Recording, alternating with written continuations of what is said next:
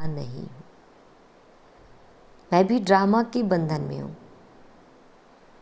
सिर्फ तुम बाप को याद करने से सर्वशक्तिमान बन जाते हो। पवित्र बनने से तमो प्रधान से सतो प्रधान बन जाते हो। बाप सर्वशक्तिमान है, उनको सिखलाना होता है, बच्चे मुझे याद करो तो विक्रम विनाश हो जाएंगे, फिर सर्वशक्तिमान बन विश्व पर राज्य करेंगे। शक्ति नहीं होगी तो राज्य कैसे करेंगे? शक्ति मिलती है योग से। इसलिए भारत का प्राचीन योग बहुत गाया जाता है।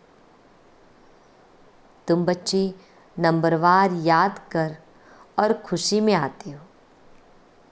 तुम जानते हो हम आत्माएं बाप को याद करने से विश्व पर राज्य प्राप्त कर सकते हैं। कोई की ताकत नहीं जो छीन सके।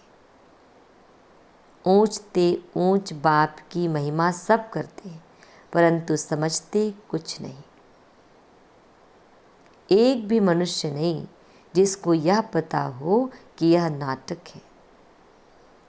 अगर समझते हो कि नाटक है तो शुरू से अंत तक वह याद आना चाहिए, नहीं तो नाटक कहना ही रॉन्ग हो जाता है।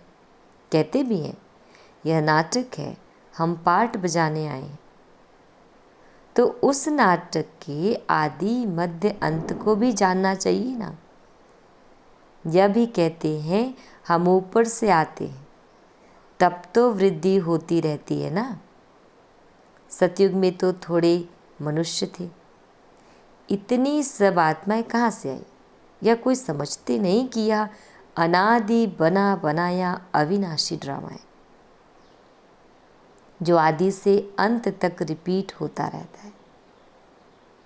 तुम बाइस्कोप शुरू से अंत तक देखो, फिर दोबारा रिपीट करके अगर देखेंगे तो चक्र जरूर हुबहू रिपीट होगा, जरा भी फर्क नहीं होगा। बाप मीठे मीठे बच्चों को कैसे बैठ समझाते हैं। कितना मीठा बाप है। बाबा आप कितने मीठे हो। बाबा बस अभी तो हम चलते हैं अपने सुखधाम में। अभी यह मालूम पड़ा है कि आत्मा पावन बन जाएगी तो दूध भी वहाँ पावन मिलेगा। श्रेष्ठाचारी माताएं बहुत मीठी होती है। समय पर बच्चे को आपे ही दूध पिलाती है। बच्चे को रोने की दरकार नहीं होती। ऐसे ऐसे यह भी विचार सागर मंथन करना होता है। सुबह को बाबा से बातें करने से बड़ा मज़ा आता है। बाबा आप कितनी अच्छी युक्ति बताते हो श्रेष्ठाचारी राज्य स्थापन करने की। फिर हम श्रेष्ठाचारी माताओं की गोद में जाएंगे। अनेक बार हम ही उस नई सृष्टि में गए हैं। अभी हमारी खुशी के दिन आते हैं। यह खुशी की खुराक है, इसलिए गायन भी है। अतीन्द्रिय सुख पूछना हो तो गोप गोपियों से पूछो। अब हमको बेहद का बाप मिला है। हमको फिर से स्वर्ग का मालिक श्रेष्ठाचारी बनाते हैं। कल्प कल्प हम अपना राज्य भाग्य लेते हैं, हार खाते हैं, फिर जीत पाते हैं। अभी बाप को याद करने से ही रावण पर जीत पानी है। फिर हम पावन बन जाएंगे। वहाँ लड़ाई दुख आदि का नाम नहीं, कोई खर्चा नहीं। भक्ति मार्ग में जन्म जन्मांतर कितना खर्च किया, कितने धक्के खाए, कितने गुरु किए हैं। अब फिर आधा कल्प हम कोई गुरु नहीं करेंगे। शांति धाम सुख धाम जाएंगे। बाप कहते हैं तुम सुख धाम के राही हो। अब दुख धाम से सुख धाम में जाना है। वाह हमारा बाबा कैसे हमको पढ़ा रहे हैं। हमारा यादगार भी यहाँ है। यह तो बड़ा वंडर है। इस दिलवाड़ा मंदिर की तो अपरंपार महिमा है। राजस्थान में है ना दिलवाड़ा मंदिर। अभी हम राजयोग सीखते हैं, उसका यादगार तो जरूर बनेगा ना। यह हुबहू हमारा यादगार है। बाबा, मम्मा और बच्चे बैठे हैं। नीचे योग सीख रहे हैं, ऊपर में स्वर्ग की राजाई है। झाड़ में भी कितना क्लियर है। बाबा ने कैसे साक्षात्कार कराए, फिर चित्र बैठ बनवाए। बाबा ने ही साक्षात्कार कराया और फिर करेक्ट भी किया। कितना वंडर है। सारी नई नॉलेज है, किसको भी इस नॉलेज का पता नहीं है। बाप ही बैठ समझाते हैं मनुष्य कितना तमोप्रधान बनते जाते हैं। मनुष्य सृष्टि बढ़ती जाती है, भक्ति भी वृद्धि को पाती पाती तमोप्रधान बनती जाती है। यहाँ अब तुम सतोप्रधान बनने का पुरुषार्थ करते हो। गीता में भी अक्षर है मन मना भव। सिर्फ यह नहीं जानते कि भगवान कौन है। अब तुम बच्चों को सवेरे सवेरे उठकर विचार सागर मंथन करना है कि मनुष्य को भगवान का परिचय कैसे दे।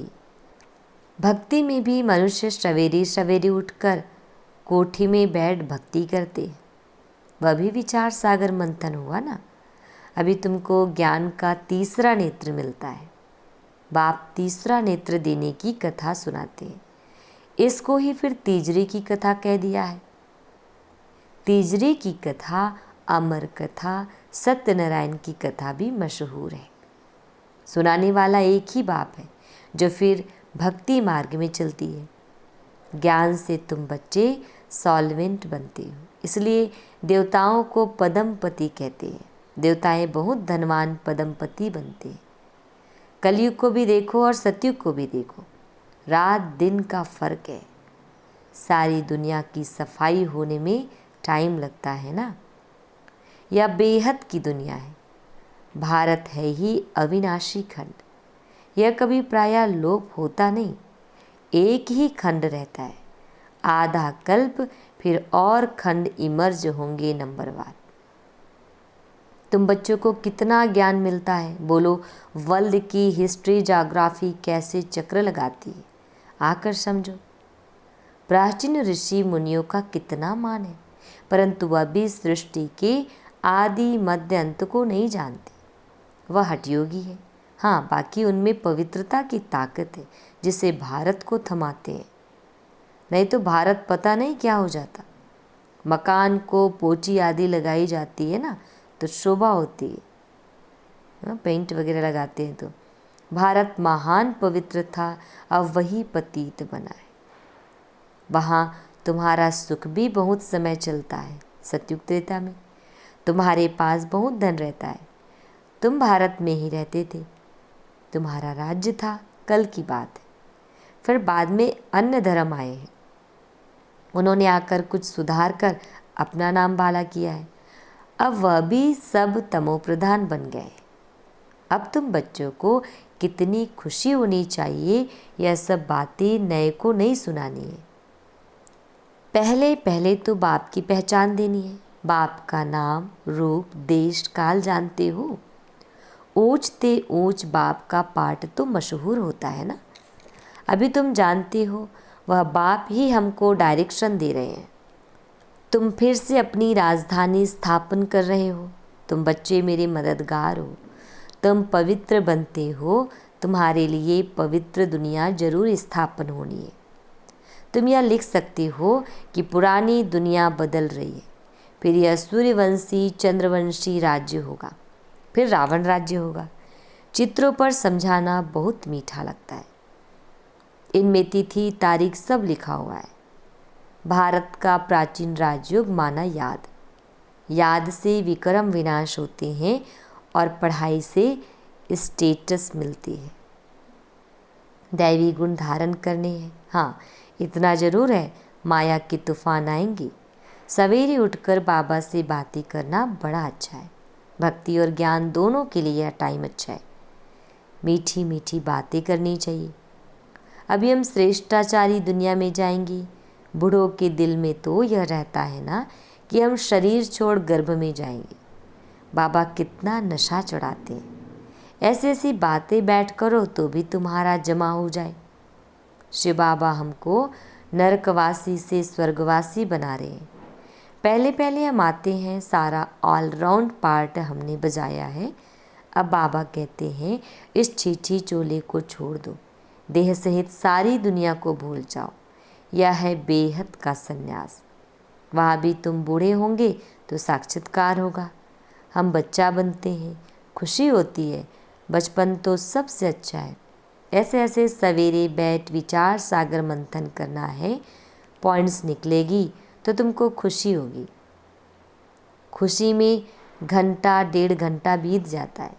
जितनी प्रैक्टिस होती जाएगी उतनी खुशी बढ़ती जाएगी, बहुत मज़ा आएगा। और फिर घूमते फिरते याद करना है, फुर्सत बहुत है। हाँ, विघ्न पड़ेंगे, उसमें कोई शक नहीं। धंधे में मनुष्य को नींद नहीं आती, सुस्त लोग नींद करते हैं। तुम जितना हो सके शिव बाबा को ही याद करते रहो, तुमको बुद्धि में रहता है। शिव बाबा के लिए हम भोजन बनाते हैं, शिव बाबा के लिए हम यह करते हैं। भोजन भी शुद्धि से बनाना है, ऐसी चीज़ न हो जिससे खिटपिट हो जाए। बाबा खुद भी याद करते हैं। अच्छा, मीठे मीठे शिकिल दे बच्चों प्रति माता पिता बाप दादा का याद प्यार और गुड मॉर्निंग। रूहानी बाप की रूहानी बच्चों को नमस्ते। हम रूहानी बच्चों की रूहानी माता पिता बाप दादाजी को याद प्यार गुड मॉर्निंग और नमस्ते। शुक्रिया मीठे प्यारे बाबा, आपका लाख लाख शुक्रिया। धारणा के लिए मुख्य सार है, फर्स्ट पॉइंट है, सवेरे सवेरे उठकर बाबा से मीठी मीठी बातें करनी है। रोज़ खुशी की खुराक खाते हुए अतीन्द्रिय सुख का अनुभव करना है। सेकेंड पॉइंट है, सतयुगी राजधानी स्थापन करने में बाप का पूरा मददगार बनने के लिए पावन बनना है। याद से विक्रम विनाश करने हैं, भोजन भी शुद्धि से बनाना है। वरदान, दिव्य गुणों के आह्वान द्वारा सर्व अवगुणों को आहुति देने वाले संतुष्ट आत्मा भव। दिव्य गुणों के आह्वान द्वारा सर्व अवगुणों की आहुति देने वाले संतुष्ट आत्मा भव। डिटेल है, जैसे दीपावली पर विशेष सफाई और कमाई का ध्यान रखते हैं, ऐसे आप भी सब प्रकार की सफाई और कमाई का लक्ष्य रख संतुष्ट आत्मा बनो। संतुष्टता द्वारा ही सर्व दिव्य गुणों का आवाहन कर सकेंगे, फिर अवगुणों की आहुति स्वतः हो जाएगी। अंदर जो कमजोरियाँ, कमियाँ, निर्बलता, कोमलता रही हुई है, उन्हें समाप्त कर अब नया खाता शुरू करो और नए संस्कारों के नए वस्त्र धारण कर सच्ची दीपावली मनाओ। स्लोगन, समान की सीट पर सदा सेट रहना है तो दृढ़ संकल्प की बेल्ट अच्छी तरह से बांध लो। समान की सीट पर सदा सेट रहना है तो दृढ़ संकल्प की बेल्ट अच्छी तरह से बांध लो। मातेश्वरी जी के अनमोल महावाक्य है। विषय है, इस अविनाशी ईश्वरीय ज्ञान प्राप्त करने के लिए कोई भी भाषा सीखनी नहीं पड़ती। डिटेल है, अपना जो ईश्वरीय ज्ञान है वो बड़ा ही सहज और मीठा है। इससे जन्म जन्मांतर के लिए कमाई जमा होती है। यह ज्ञान इतना सहज है जो कोई भी महान आत्मा, अहिल्या जैसी पत्थर बुद्धि, कोई भी धर्म वाला बालक से लेकर वृद्ध तक कोई भी प्राप्त कर सकता है। देखो, इतना सहज होते भी दुनिया वाले इस ज्ञान को बहुत भारी समझते हैं।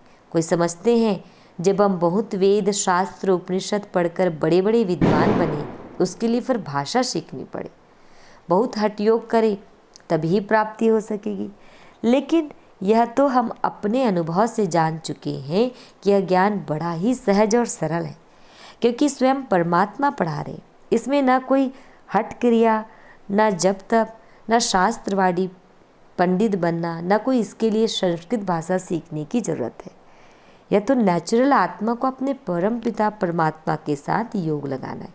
बल्कि इस ज्ञान को ना भी धारण कर सके तो भी सिर्फ योग से भी बहुत फायदा होगा।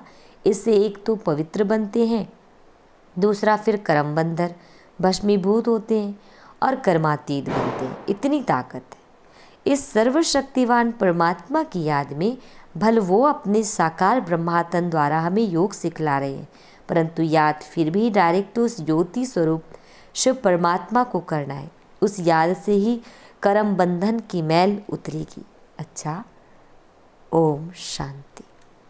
अव्यक्त इशारे स्वयं और सर्व के प्रति मनसा द्वारा योग की शक्तियों का प्रयोग करो। डिटेल है, शांति की शक्ति का प्रयोग पहले स्व के प्रति तन की व्याधि के ऊपर करके देखो। इस शक्ति द्वारा कर्म बंधन का रूप मीठे संबंध के रूप में बदल जाएगा। यह कर्म भोग, कर्म का कड़ा बंधन साइलेंस की शक्ति से पानी की लकीर मिसल अनुभव होगा। भोगने वाला नहीं, भोगना भोग रही हूँ यह नहीं, लेकिन साक्षी दृष्टा हो इस हिसाब किताब का दृश्य भी देखते रहेंगे। अच्छा, ओम शांति। आप सभी को गोवर्धनपुर